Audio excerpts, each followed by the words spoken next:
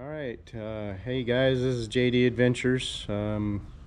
Today I'm going to be doing something a little bit different, but we're going to be replacing the brakes on my 2015 Mazda 6. It needs to have all four brakes replaced, so we're going to replace them. I'll show you what the process is. At least, I'm no professional. I want to point that out. I do this on my own. So I probably don't follow the standard procedures, but I do follow most of the important procedures, getting it done right. I've done brakes on multiple different cars. So I had a 2005 Mazda 6 that I did the brakes on before too. So yeah, but here is the Mazda 6. It's good looking red. First thing we're going to do, of course, is to jack up the car, and then I'll show you where you got to mount it, and then we'll go through the process of taking off the tire, doing all that kind of stuff. So here we go. Let's see here. First of all, where you want to jack it up on, if you see right here, this is where you normally place the jack when you're using your car jack, but I'm going to be using a nice floor jack that will lift it up a lot easier. So I'm going to try and place this at that exact same location, and then jack it up. There you go. Now I usually just leave it jacked a little bit.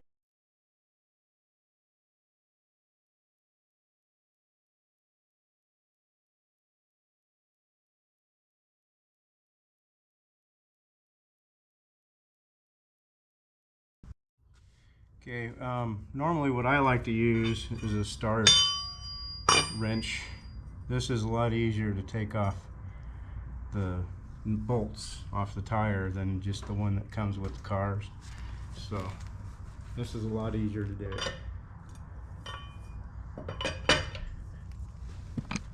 Drop down a little more.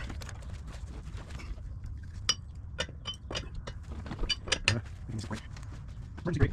I'm not rolling. Yeah, yeah, those are tight. So now I'll jack it back up. So we'll get the tire out.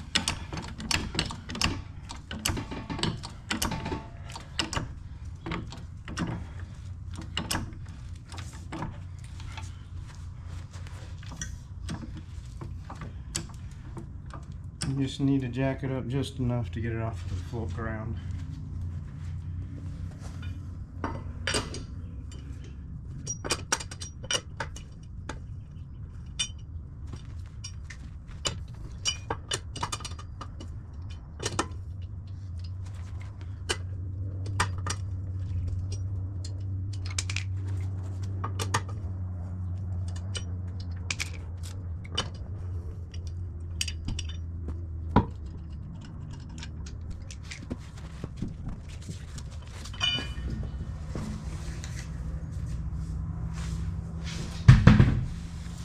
So the best thing too is to turn this to us.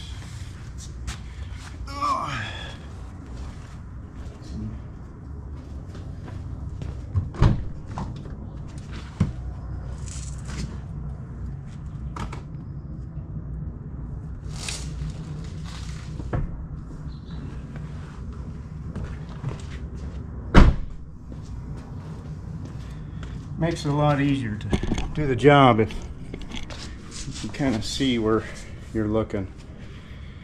So you just kind of turn the wheel out to us.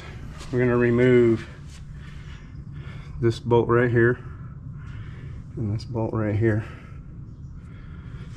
So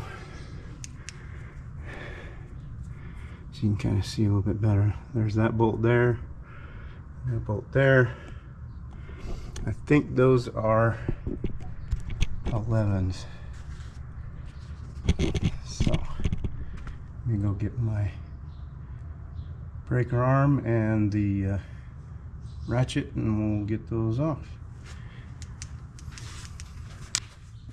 So this is the breaker arm that I use, so it gives me a little more leverage.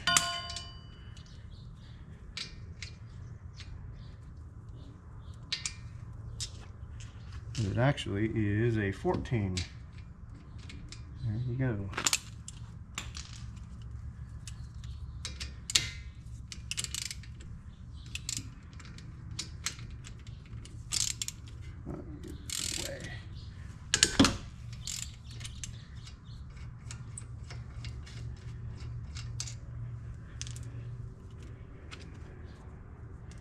Get some light on this so you can see what I'm doing.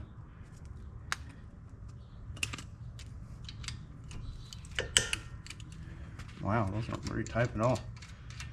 The other thing you kind of need to look at is make sure when you take this off that these kind of are moving, which they do.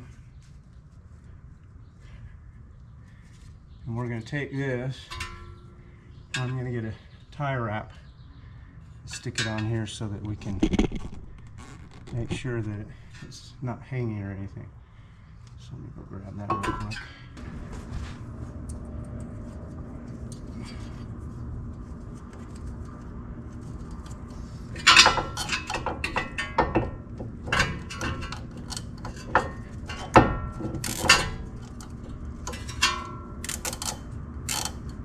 There we go.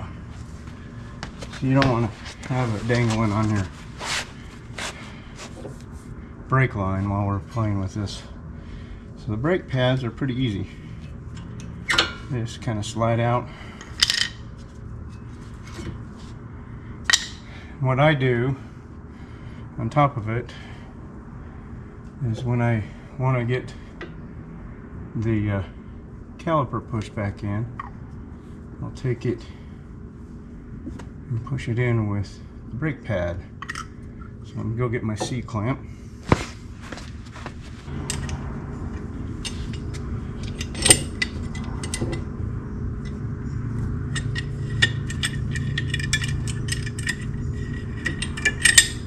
So I'll take the old brake pad and stick it in between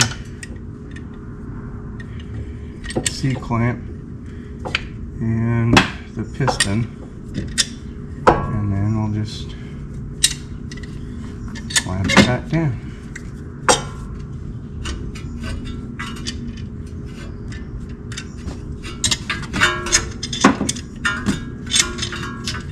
Another reason why it's nice to have it hanging there, to keep it so you're not dangling on the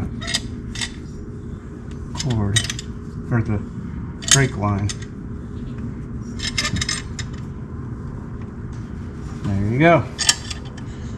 Because we don't want to be trying to put the new brake pads in, because they're going to be thick. Now, these brake pads are actually not bad, but generally when you're getting close to that wear line, it's best to replace it, because you don't want to get down to the metal, because generally what happens is you'll start hitting the rotor, and then you don't want to hit the rotor, because that's when you have to replace the rotors, and that's a more expensive job. Generally what type of rotors you do use is all going to be dependent on how much you want to do, because you can buy expensive rotors or you can buy cheaper rotors.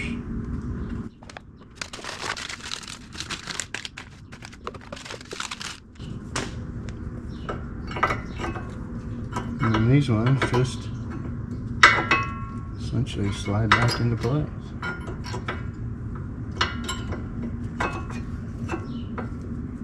Back over to the new spot. Pretty simple.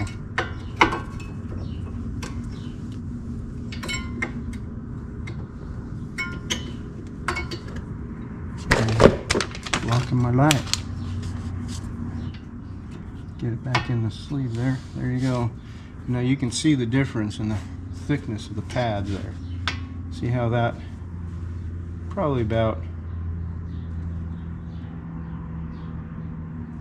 probably almost a little over 1/4 inch, where these ones are almost a 1/2 inch. They're about 3/8 of an inch. So, and if I were to try and put the brake back over it without taking and pushing in the caliper or the piston, it would not fit over the top of the brakes here when we're done replacing the brake pads. So you push that in and then you're ready to go. Cut this now so we can get it back on. And we just slide this back over the brake shoes.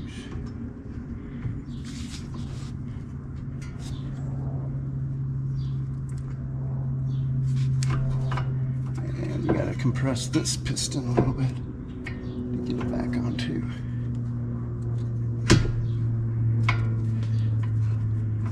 Okay.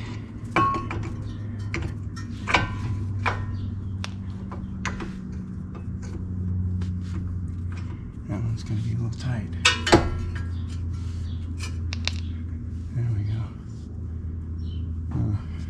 Probably next time I do my brake job, I need to replace that fluid, because your piston for this caliper is supposed to slide in and out like that. And it's really kind of tight, but I don't have any caliper oil or grease. So I'm not going to do that right now, but that's something you probably ought to think about. Those should slide in and out a lot easier. As you notice, that one was really kind of tight, so we got it loosened up. And I just finger tight these first. I'm sure there's a torque value, but I've never learned the torque value on these ones. But I'll generally just kind of tighten it to about tightness there, and then I'll pound it a couple times, and I know that's kind of tight enough. Tight, and then that should be good. Now once you're done with the brake job, always remember that you got to go in and pump your brakes a bunch before you start rolling anywhere, because you got to get that piston back pushed against your brake pads and then push them up against the rotor, because if you don't do that, see how loose this is right now? You should have it pushed up there against there, but it's not. See the difference when I pushed in that one pad? You can kind of hear it rubbing now. It wasn't rubbing before because it wasn't pushed up against it. So you got to get that piston pushed back up against the pads, and that will actually make it so clamp, because that's the whole concept, is it's clamping onto your rotor here. But that's the left side. Let's go over and do the right side now.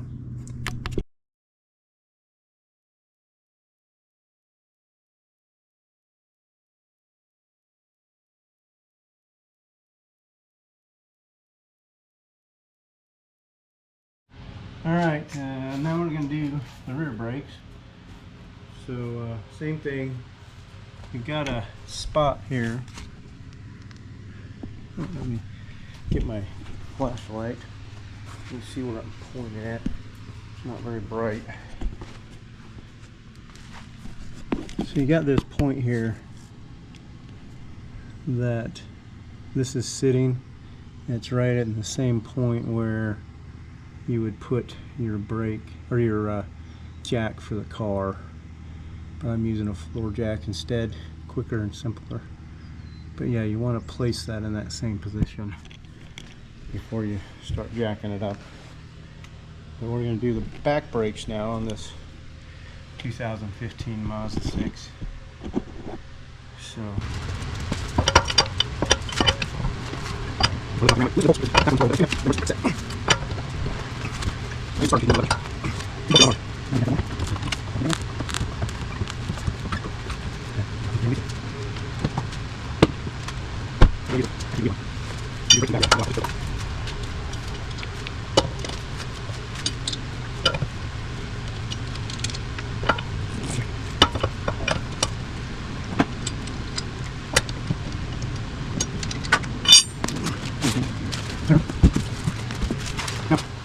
like I showed you on the front, you can turn the wheel, but this is a little bit different because you're on the back.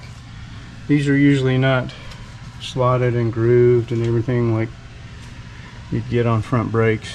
Most of your braking power is done on the front, so you've got to do it about the same though. We'll remove these two screws right there,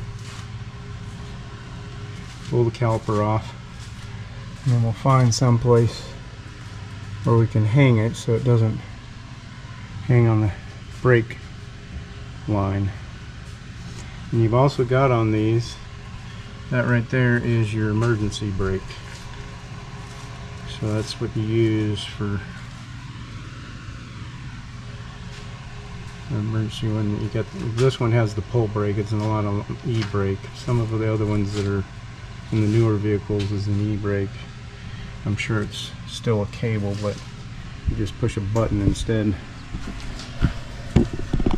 But yeah, that's what it looks like inside of there. We're going to remove those two bolts. Right here. Break it down a little bit.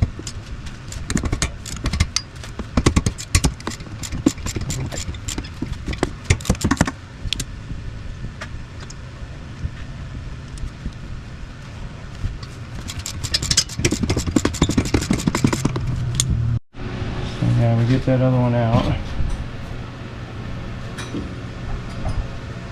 Oh, these are the twist ones too. Okay. Haven't dealt with the back ones as much. I'm going to need a couple of zip ties. Okay. Get up. No.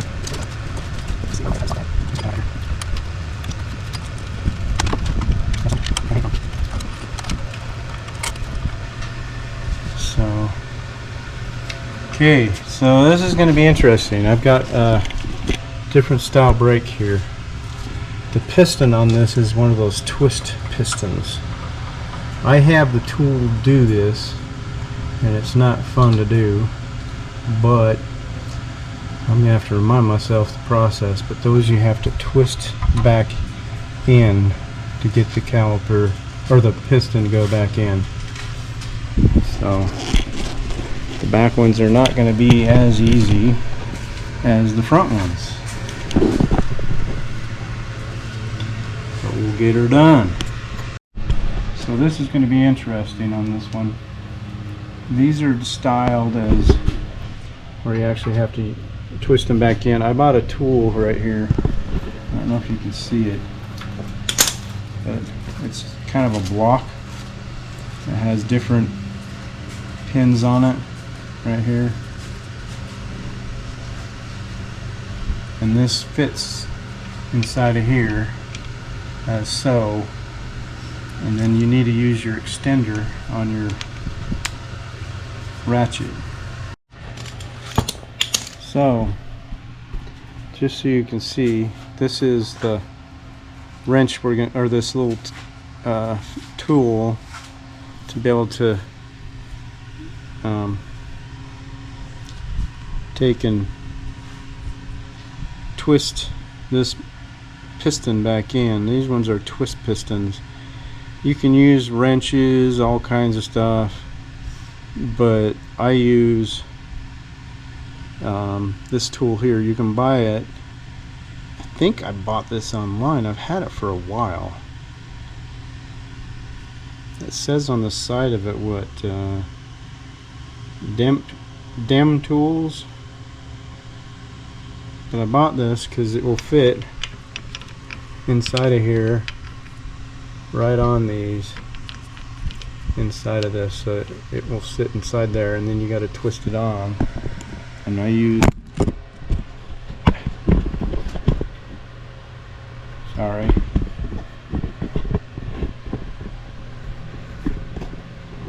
I use my extension on my ratchet. Stick it in there,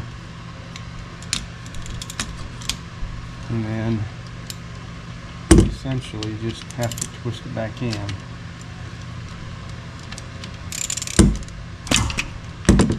It's not as easy as it looks.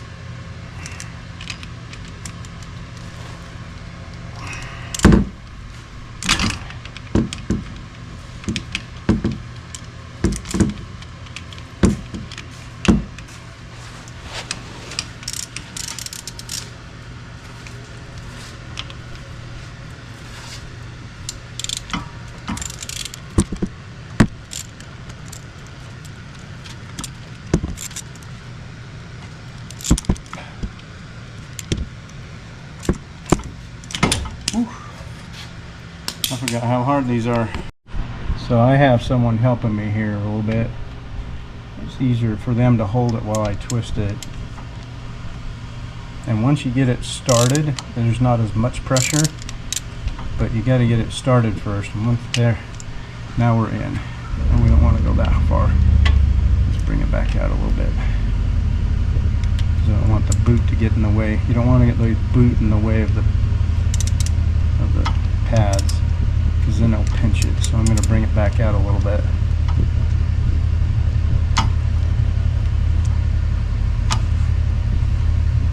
These are not the easiest to work with. There we go. What I'm talking about as far as the boot, see the boot right here, we want to make sure that it's clear of the piston itself, because we don't want to get pinched. We want to make sure that stays good and clean. Alright, there you go. We got it twisted in. Again, that was with this tool right here. And it has the pieces on each side. To get it started, it's a little bit difficult, but once you get it twisted in, then you can put the new pads on. Taking on and off the pads are not as hard.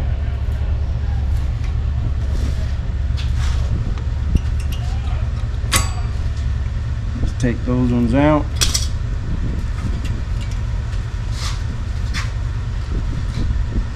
Sometimes you need a screwdriver to pry them off.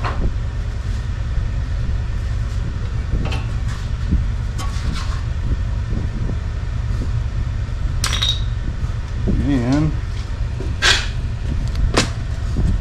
I'm just using, again, on the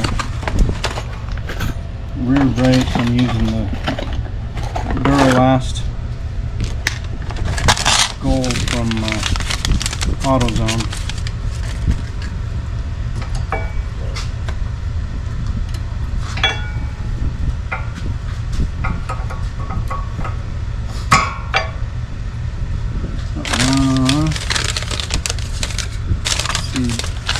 And of course, the inside one, we have a little scraper telling you when you're low. So that's on the inside.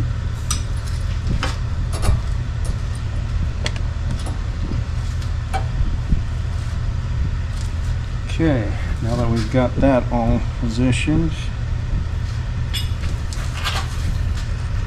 we'll take off our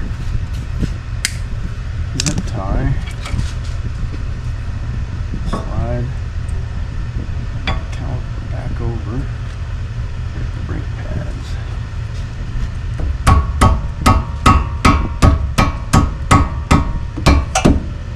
It's a little bit tighter fit than I thought. I might have to twist it in just a little bit more.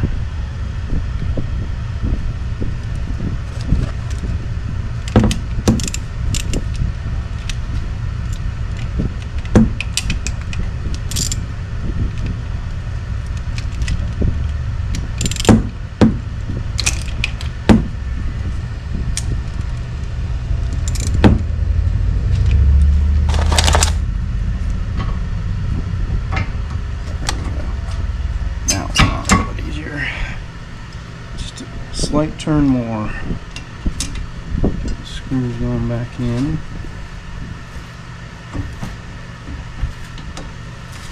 So the rear brakes are a little bit harder on the 2015.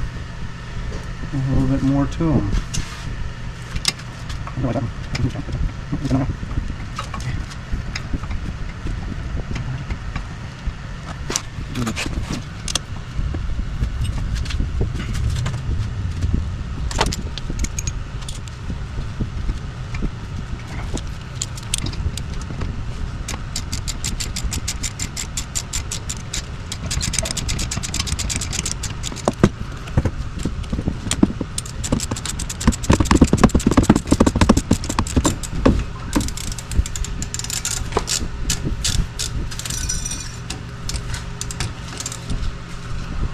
Again, I tighten it to tight, 2 bumps. Tight, couple bumps. And my zip tie is up here now.